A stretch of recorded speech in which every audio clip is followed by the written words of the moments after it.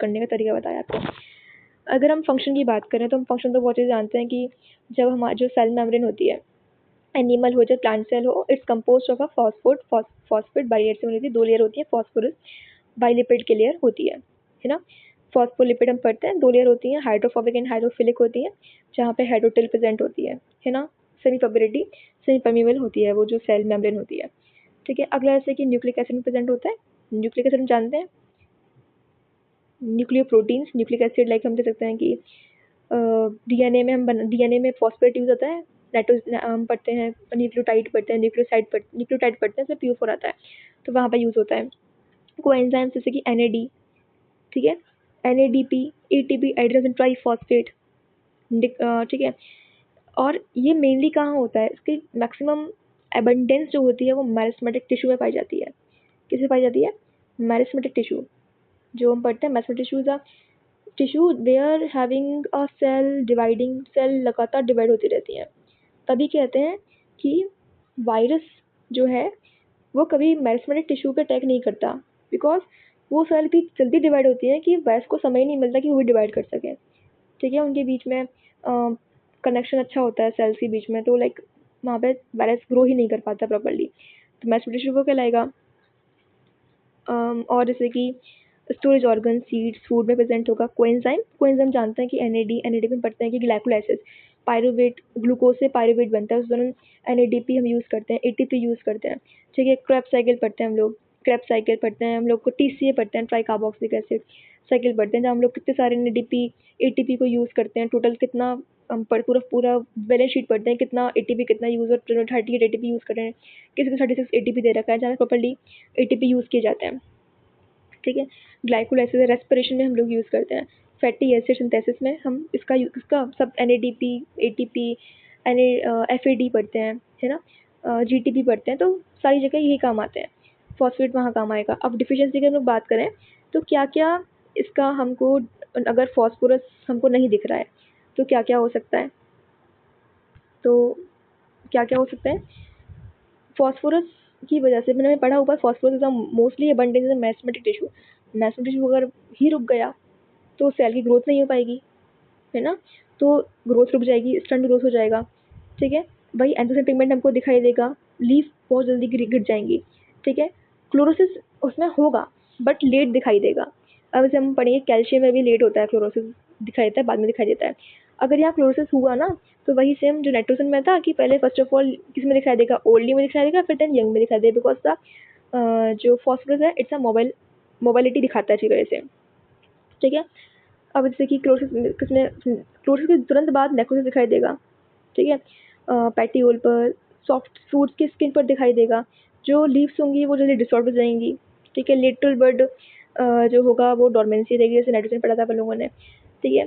और जैसे कि हाँ देखो, अगर कोई बर्ड है वो एक्टिव है, मतलब कि लिटिल बर्ड डोरमेंट हो गया बट कुछ बर्ड एक्टिव है, वो एक्टिव क्यों है, उन पर क्यों असर नहीं पड़ा, बिकॉज वो वर्क कर रही हैं सिंक की तरह। हम पढ़ते हैं सिंक एंड सोर्स रिलेशनशिप पढ़ते हैं हम लोग, है ना।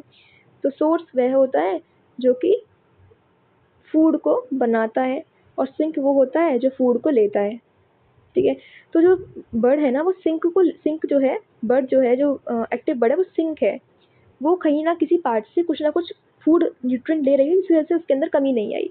तो इसमें जो सिंक होगा, लिटिल जो एक्टिव बर्ड होगी, उसमें कोई सिम्टम दिखाई नहीं देंगे, ठीक है। और जैसे कि प्लांट्स होता है उसमें पिथ हम पढ़ते हैं, पिथ सेल्स जानते हैं, पिथ सेल्स क्या होती हैं, देखो हम पढ़ते हैं ये होती हैं एपिडर्मल सेल्स। क्या होती हैं ये? एपिडर्मल सेल्स होती हैं, अंदर सेल्स दिखाई देंगी, इन्हें हम कहते हैं कॉर्टेक्स। ये क्या है? कॉर्टेक्स है। देन हैविंग अ एंडोडर्मिस, ये एंडोडर्मिस है। और यहाँ पे क्या है, ये जो है ये कहलाती है पिथ। इस पिथ में वेस्कुलर सिस्टम प्रेजेंट होता है, वेस्कुलर सिस्टम कैसे जाइलम फ्लोएम प्रेजेंट होते हैं, किसके अंदर? इसके अंदर। ये पिथ है तो पिथ भी डिस्ट्रॉय हो जाती है, एबनॉर्मल हो जाती है, डिसक्रिएट हो जाती है, वेस्कुलर। और देखो पिथ खराब हुई तो वेस्कुलर टिश्यू भी पुअरली डेवलप हो जाएंगे, ठीक है। और यहाँ पे ना इसका देखा है, this is ट्रेमेंडस increase in the activity of enzyme phosphatase. अगर फॉस्फेट कम हो गया ना, फॉस्फोरस कम हो गया, तो जो एंजाइम फॉस्फेटेज है ना उसकी एक्टिविटी इंक्रीज हो जाती है, बढ़ जाती है, अगर फॉस्फेट कम हो गया।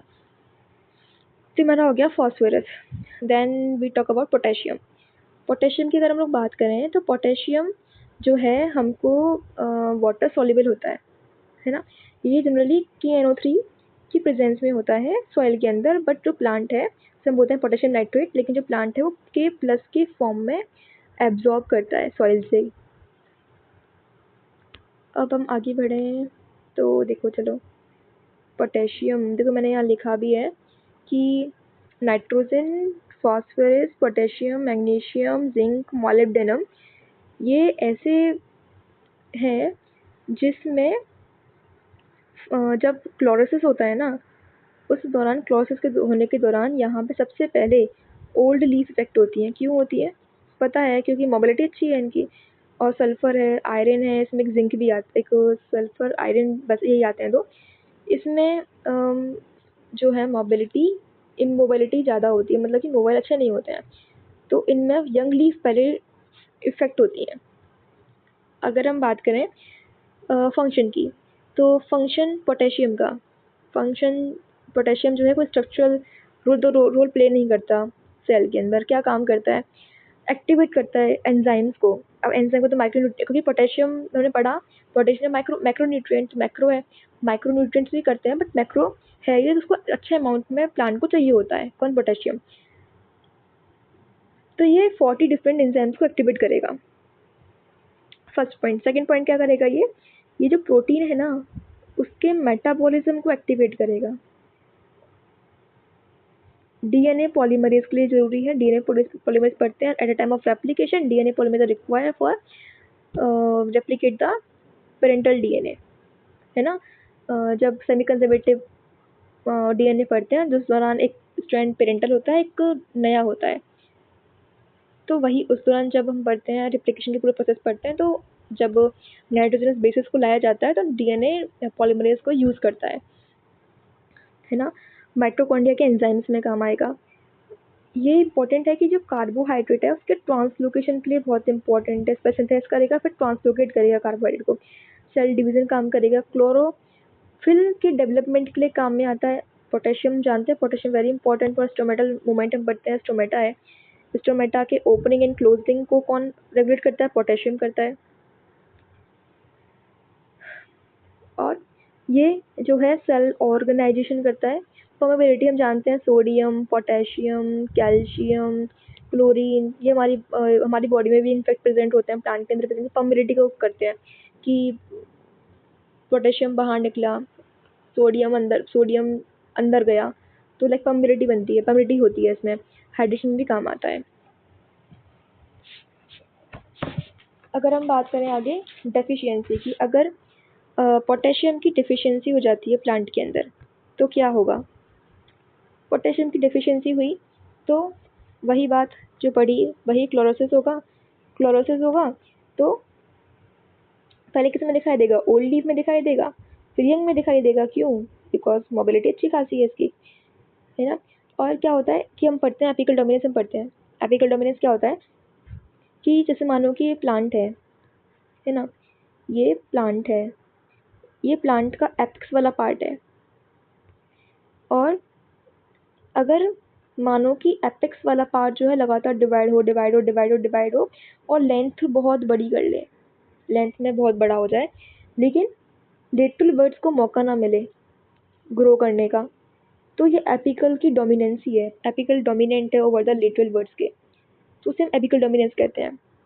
अगर पोटेशियम की कमी हो गई तो एपिकल डोमिनेंस लॉस हो जाता है।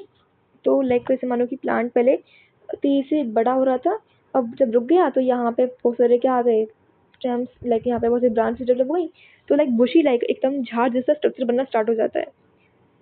और हम जानते हैं कि, मुझे कमेंट में बताना कि कौन सा फाइटोक्रोम होता है, कौन सा हार्मोन होता है प्लांट का जो एपिकल डोमिनेंस को सपोर्ट करता है। ऑक्सिन है, जिब्रालिक है, साइटोकाइनिन है, एबिस्किस है, इथाइलिन है। कमेंट करना नीचे एक बार कि कौन सा हार्मोन होता है। अगला है कि जो स्टेम्स होती हैं वो बहुत वीक हो जाती हैं।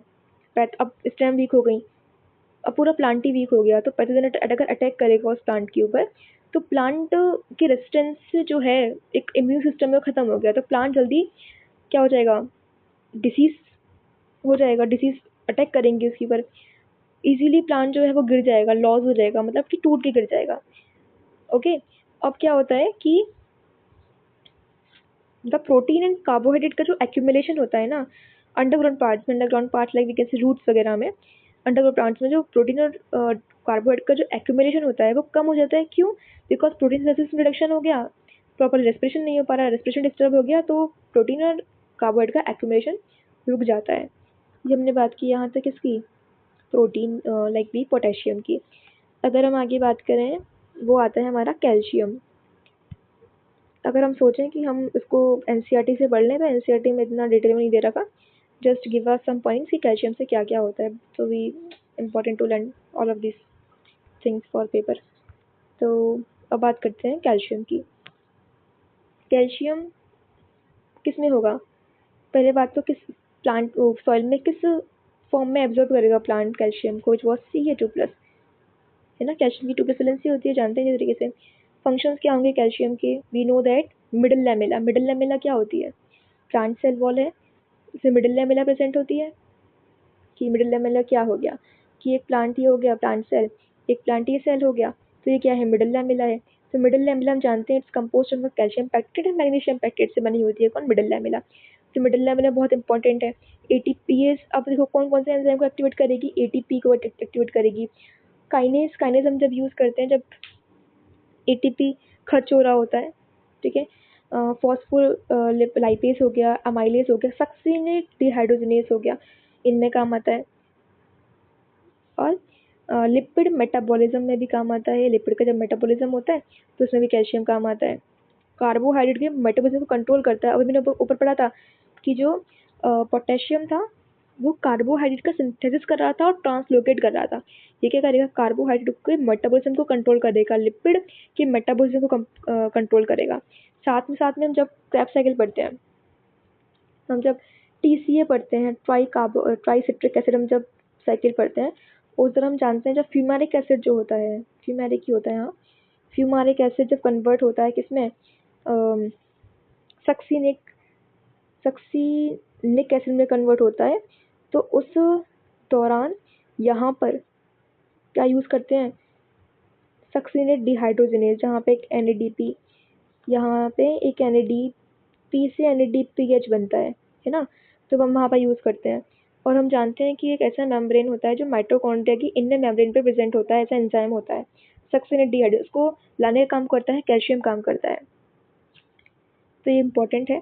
और न्यूक्लिक एसिड्स और प्रोटीन, जो क्रोमोसोम जानते हैं, क्रोमोसोम क्या है? क्रोमोसोम क्रोमेटिन फाइबर्स होते हैं न्यूक्लियस के अंदर, हम जानते हैं प्रॉपर्ली, ठीक है। हम जब पढ़ते हैं डीएनए हेलिक्स मॉडल पढ़ते हैं उस टाइम हम ये याद रखते हैं कि जो न्यूक्लिक एसिड्स हैं लाइक डीएनए जो है, और जो प्रोटीन है, protein which was one histone protein, हम पढ़ते हैं H1A H2B H1A H2B H2 histone protein हम पढ़ते हैं। जब हम लोग वहाँ पढ़ते हैं पूरा मॉडल पढ़ते हैं कि ये जो है यहाँ पे ऐसे पूरा क्या होता है, डीएनए इससे जुड़ा हुआ रहता है। हम यहाँ पे पढ़ते हैं कि ये हिस्टोन प्रोटीन है, तो उसके बाइंडिंग को भी काम में, अगर मान लो कि ये नहीं रहा तो बाइंडिंग नहीं होगी तो जो सेल है वो बहुत फ्रेजाइल हो जाएगा, वीक हो जाएगा, सेल डिवीजन हो नहीं पाएगा। सेल डिवीजन नहीं होगा तो जो प्लांट है वो रिटायर हो जाएगा, छोटा रह जाएगा। और कि जो कैल्शियम है वो क्या करता है? काउंटरएक्टिक टॉक्सिसिटी ऑफ मेटल। जैसे कोई मेटल आयन है टॉक्सिसिटी प्रोड्यूस कर रहा है प्लांट के अंदर, उसको कैल्शियम जो है वो काउंटरएक्ट करेगा उसका। जैसे कि हम बात करें कि जैसे जो ऑर्गेनिक एसिड्स होते हैं उनको न्यूट्रलाइज करने में काम आता है। जब मेटाबॉलिज्म के दौरान प्रोड्यूस होते हैं उस तरह, जैसे कि हम माने ऑक्सैलिक एसिड कन्वर्ट हो जाता है कैल्शियम ऑक्सलेट में। कैल्शियम ऑक्सलेट क्या है? एक हार्मलेस प्रोडक्ट है, तो उसने कन्वर्ट कर दिया ऑक्सैलिक एसिड को किसमें? कैल्शियम ऑक्सलेट में। तो ये इसका इंपॉर्टेंट वर्क हो गया। डेफिशिएंसी की लोग बात करें तो डेफिशिएंसी में क्या होगा? Calcium deficiency cause degeneration of mathematic region. भाई सेम वही बात बताया हम लोगों ने कि क्रोमोसोम जो है वो बहुत वीक हो गए बिकॉज में बाइंडिंग नहीं हो पाई प्रॉपर्ली न्यूक्लिक एसिड प्रोटीन की, जिस वजह से मैथमेटिक रीजन जो है वो डिजेनरेट हो गया, ठीक है। सेल जो है वो अपने प्रपोर्शन ज़्यादा ही लंबी हो जाए। रूट में अगर कैल्शियम की कमी है तो पहले रूट में दिखाई देगा, रूट जो होगा वो ट्रांसलूसेंट हो जाएगा। उसका जो रूट का जो एपिकल ग्रोथ होता है, ये रूट है, इस रूट में यहाँ पे क्या होता है, एपेक्स वाला पार्ट है जहाँ पे लगातार सेल डिवाइड करती रहती हैं, वो रुक जाएगी। रूट की जो हेयर होती है, रूट है या रूट की हेयर्स है, इन हेयर के अंदर बल्बस लाइक ऐसा स्वेलिंग अपीयर होने लग जाती है इन सम केसेस में, अगर कैल्शियम कमी आ रही है तो। यंग लीव जो होंगी उनके जो मार्जिनल्स होंगे, जो एपिकल्स होंगे, या लीव है इनकी मार्जिनल्स हैं, जो एपिकल है उसमें लाइक विदरिंग मतलब होता है लाइक जला जला सा हो जाना, सूखा पड़ जाना, तो वो दिखाई देगा। फ्रूट और जो फ्रूट और फ्लावर्स होंगे वो प्रीमेच्योरली गिर जाएंगे। प्रोसेस इसमें होगा बट लेस मार्क्ड होगा कैल्शियम के अंदर। ठीक है, we have complete the calcium, we complete the carbon, hydrogen, oxygen, nitrogen, sulphur, phosphorus, potassium and calcium. Then ये जो वीडियो कुछ ज़्यादा लंबी हो गई, तो अब हम आगे नेक्स्ट पार्ट में आगे कंटिन्यू करेंगे। कुछ एलिमेंट्स और रह गए हैं, मे बी 7-8 तो और रह गए हैं, तो उनको और कवर करते हैं आगे, थोड़ा टॉपिक लंबा है। So okay, thank you so much, bye.